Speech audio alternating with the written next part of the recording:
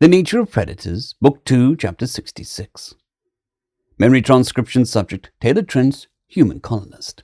Date Standardized Human Time, December 22nd, 2160. Chills ran down my spine, just letting my mind run loose with the possibility that there were other survivors. There was no reasonable doubt that the war was a mistake, a senseless conflict, if humanity was on the other side, too. We'd had zero chance of survival at the Battle of Earth. Yet, here they were, a crocodile standing alongside a Terran, both sporting the garb of the United Nations. With all of the grief I'd felt for my homeworld, I couldn't believe my eyes. There were so many questions I wanted to enunciate, but a blankness filled me. All of the fight and adrenaline left my body in a single breath. I didn't bother to rise from my knees while the soldiers surrounded me. The aliens didn't seem afraid of my predator eyes at all, even when they drew close.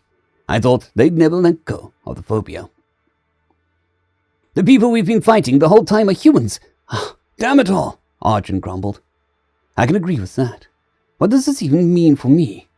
I've wasted my life, and what do I do now? Go home? Leave what we built? And Gress?" Tears rolled down my cheeks, burning like acid. Did Earth survive?" "Yes, give me that." Argent's hand curled around the grenade as my fingers slipped off. He reinserted the pin, but squeezed the lever nonetheless and dropped it into some sort of explosive container. "Cuff him! Someone check the bodies. See if any are alive. Name and rank." "Taylor Trench, Tellus Militia." I curled my lip at the stupid blue bird as she chained my wrists together. "Don't have a rank since I left the proper military." "Okay. Are we getting this sent back to SC Color? They need to see this." The crocodile nodded. "We are." "Good. I have a solid guess who Trench is, and we'll check our records of who left there, but I want to hear him say it. How and when did you end up off Earth?" "October 2136, sir," I stammered, feeling shock and rage as the cosmic irony of this all. "Before the attack, Ark Ship 3. "Okay, how the fact that a few thousand humans starting from nothing get a fleet like this? We met the Krev. Other aliens, they have..." Wait, a light bulb flickered on my brain as I remember my fears about the aliens changing us into something unrecognizable. "They can prove you that the Federation didn't change you, like they did to the Sifkits. They'd never abide us being predators." "Back up. We asked the questions first," Kala cowed, in a voice that stirred my intrinsic hatred for her kind. "You know about the Sifkits." "You know what was done to the Sifkits. The Federation hit it all and destroyed their homeworld." "We know everything the Fossil did. We found their record keeping. But how could you know that, if you're all saying you didn't even know Earth survived?" We found Sifkit bunkers. We only very recently realized we settled their homeworld.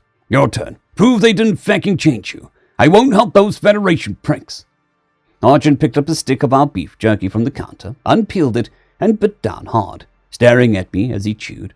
He arched an eyebrow as if asking whether I was satisfied. The herbivore squad mates didn't flinch or act horrified at all, despite how monstrous they made our diet out to be. The truly jaw-dropping moment was when the crocodile snatched the rest of his grip and shoved it down her beak. Since when did the extermination-happy birds, who hated us for our culinary tastes, consume predator food as well? I didn't know what kind of fetty cat I was, but I couldn't deny that none of the prey animals acted like they were zombified by the founders. It seemed as if my species had emboldened them and made them into actual people somehow, as opposed to the feckless cowards they'd been before. How could we have convinced them to accept us? I still don't know what the feck happened. But heavens, I hated them all so much. We thought aliens would never give us a chance, hit our faces, and all this time, it sounds like these people were living their lives, normal and happy. Why did I deserve to be excluded from that? Argent snapped his fingers as I hung my head and wept with uncontrollable self-pity. "We're not done with you. Do you have any idea of the resources we've had to pull because of what you did? The clusterfuck that we'll face with our allies find out was humans launching a massive attack." "I'm sorry," I gasped out. "Allies? We have actual allies. We didn't know. We were scared and we didn't want anyone to find us. They'd finish the job.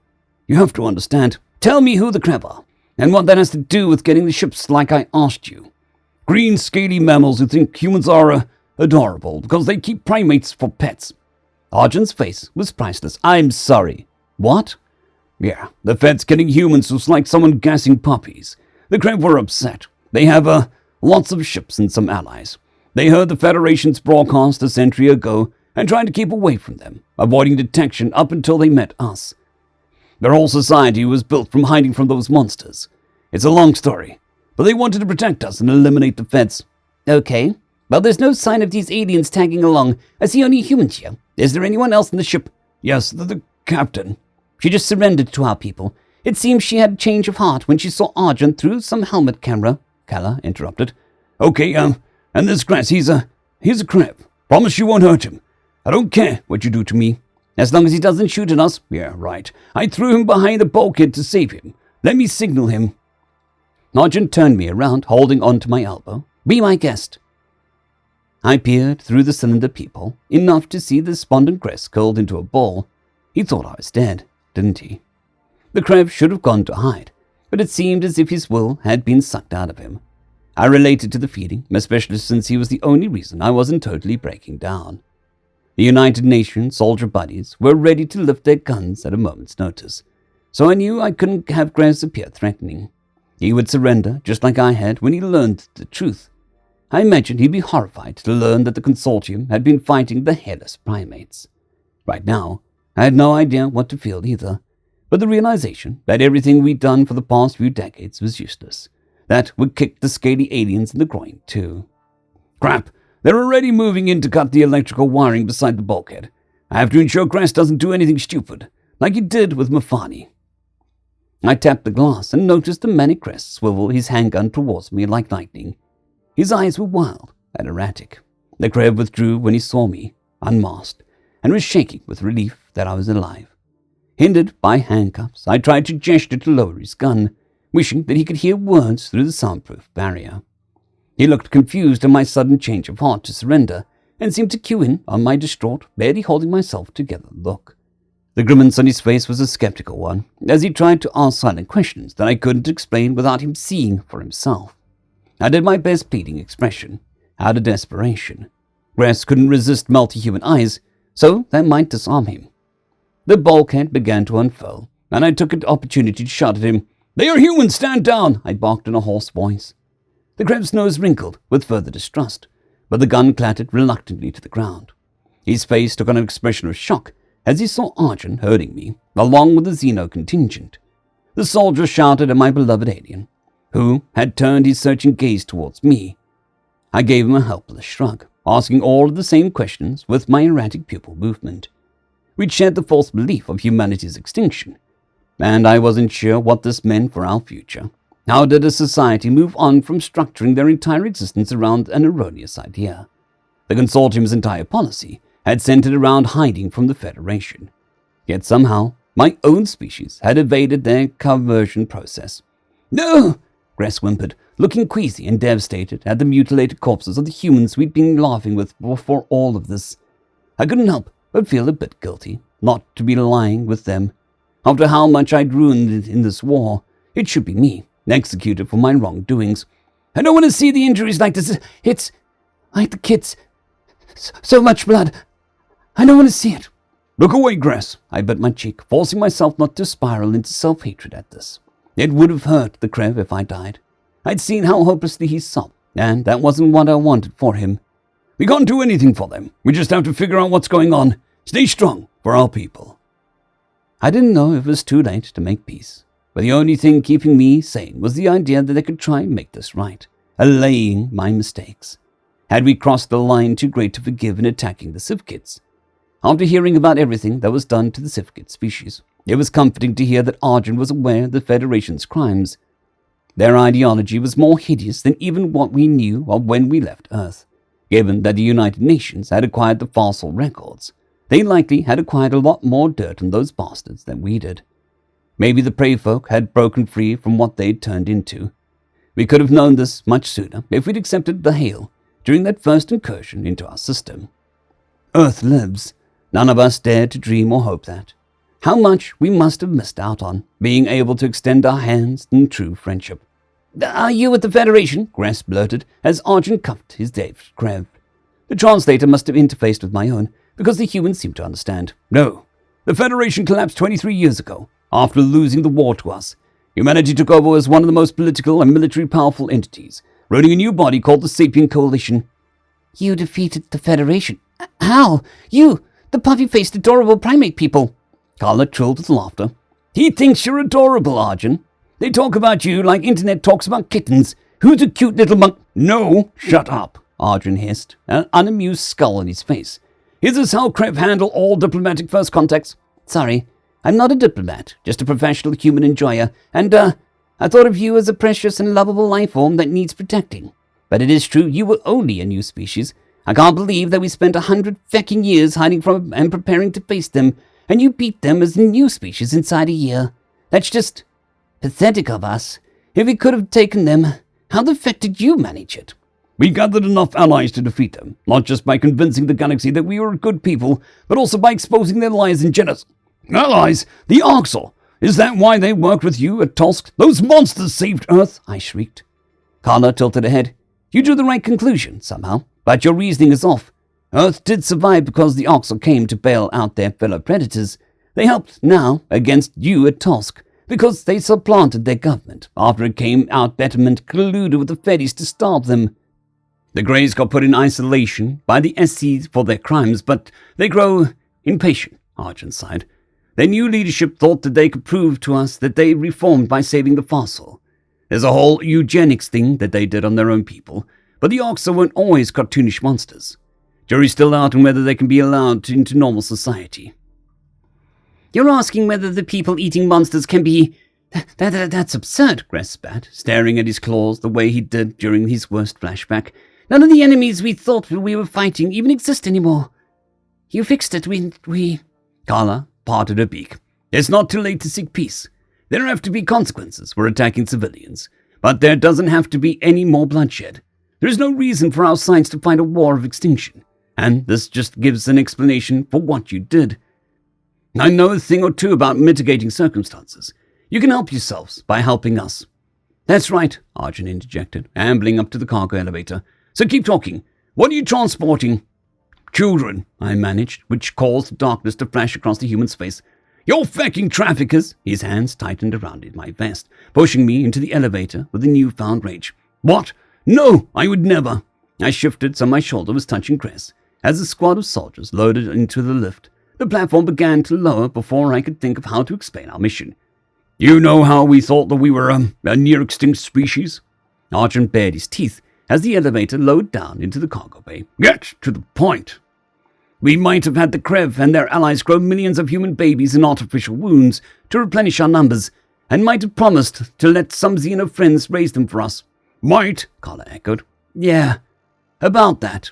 I stared with waiting eyes in the general direction, since the sight of our cargo would speak for itself. A stupefied Arjun, along with the rest of the Peacekeeper squad, gawked as the platform landed. His hands relinquished their death grip on my vest, instead flying to his head in horror. Covering the entire area from wall to wall were ectogenesis pods with human babies inside, who were due to be delivered to alien families on Tennis. While I thought repopulating our species was wonderful mere hours ago, now I wasn't sure what would become of them. Would we leave them here with their alien adoptive families, since the rest of humanity was far away? Should the Ark colonists also leave Tennis abandoned, regardless of what the Krev had done to build it up? I didn't know if I could just go home after living on this world for so long. What even am I? An angry man who felt cheated out of a happy existence and deluded himself into thinking that he was protecting his species and the people he cares about. Arjun thinks this is stupid and inconvenient, like everything we did. We're a loose end. Call the UN! Arjun shook his head, unable to deal with what he was seeing. This is not what we expected at all. Carla fluttered her wings. It's being streamed back to SC Live. They're seeing what we see. Get someone on the line. They have a truckload of human babies. What do you even do with that? We need Brass to tell us what the feck to do about this now. Let's keep our cool. They'll be in touch when they make a decision, and there's no need to rattle their cage. For now, we follow our orders. Take these two in and secure this vessel. We should contact our government first, fix our comms, and let the captain send just a short video message, Gress pleaded. They need to know they're fighting humans, because they don't want to war with you. If we don't contact them, they'll send ships looking for us in a few hours. Not so fast. We tried to talk to you for months. You wouldn't pick up the phone. I don't trust your government one bit, because I don't know a thing about them. Our government does suck, and some people are really going to think they're suck extra now, but they definitely don't want to fight humans. The consortium has tried to help rebuild the little they thought you have. I don't know who we're dealing with and what they're capable of. We found a world that appeared to be orbitally bombarded, killing civilians and wiping out an entire civilization. It's staged to look like they were killed themselves. He turned a holopad around, showing us an image taken of the skeletal remains. Do you happen to know anything about this species? I squinted at the decaying canid skull shape with an unmistakable three tails. Oh, the Jaslips, the Equo massacre. Gress winced. Yeah, they're not dead, they're just, moved for being too close to the Federation as, carnivals. The consortium thought that it was necessary to relocate them before they were discovered, and not all of them went before, well, you saw. A morally questionable decision that Jaslips don't all like, and that I personally don't like, but they are very much alive. Yeah, we served with a Jaslip named Quana. She doesn't like the Krev or the Reskets, the 9-foot-tall birds that run the consortium's military, because of course they do. These Reskets are the ones who attacked us, Carla cued in on the side tangent, as Arjun had returned to staring with abject horror. Not fair to pin it on them. The Reskets have the top commanders and made the plans, but the whole consortium authorized it. It was supposed to be a decapitation strike on the Federation. We figured out that much. I can't say I cry any tears for Nishtal, but trust me, the Crow Cartel have been kicked down enough. Gress's thin tongue flitted out of his mouth. You people attacked Taylor. He fled in his home when he was 9 years old, and that's all you have to say? That the Crow Cartel, not humanity, have been kicked down enough? The blue avian sighed. I'm sorry. I am happy that, though the Terrans got knocked down, they picked themselves back up, stronger. There's things I'll tell you about my, people's part in that, but not now. I'm sure this is all a shock, but you should be very proud of what humanity overcame. My opinion is that you should be allowed to tell your settlers that much. That's reason to hope, and to believe that we can all move past this. Move past this? This is a fiasco of epic proportions. After all that work to save the Osas, it was for what? Arjun huffed. Osas? I echoed. When we found that dead Jaslip world, let's say that we might have tried to resurrect millions of them with artificial births as well. Gress blinked in shock, like a glass of water had been thrown in his face. You what? There's millions of babies on both sides. Of species that aren't actually staring down extinction, I finished, numbly pronouncing the words without comprehending them. Arjun issued a flaccid breath. Yep, God knows what happens to them now. Who knows what happens to any of us now? Humans launching a revenge attack for Earth is going to burn some goodwill with those who see it as ruthless vengeance. And humans defeating the Federation 23 years ago as a novel species will make the Jaslips want to torch the consortium. Though I'd be a lot less sad to see them do it than I think you'd feel over your government being taken down, Gress growled. What a mess. Taylor, if you really want to help sort any of this out, you're going to walk quietly back to the ship and state your agreement to a memory scan. We want to know everything that you've done and know. And it's hard to explain how the device mind reads, but this technology lets us see what's in your head. I nodded. The consortium does brain scans, I understand. Chris and I will cooperate however we can. Trust me, this isn't what we thought we were fighting for. He knows a lot, and you can see how much he cares for us. We don't have the neural data to interpret Gress's scans, but obviously we're quite familiar with human mind. I guess the one silver lining is our brain scans will work right away. We can have all of the answers today. Hope that'll put this ridiculous war to bed. I do too. I just want to exist. After being reunited with my people, who were the very enemy that we've been trying to destroy in the war, I wasn't sure what it meant to be loyal to humanity anymore. Nothing was certain for the Krev Consortium going forward, and I had to find a way to cope with the bedrock of my life going up in smoke. Maybe being a prisoner of war was exactly where I deserved to be. End of chapter. I'd greatly like to thank our Tier 5 channel members, Casper Arnholtz, John Creighton, Manatharia, 050, Dragzoon WRE, and Elijah Silvercross. Thank you very much.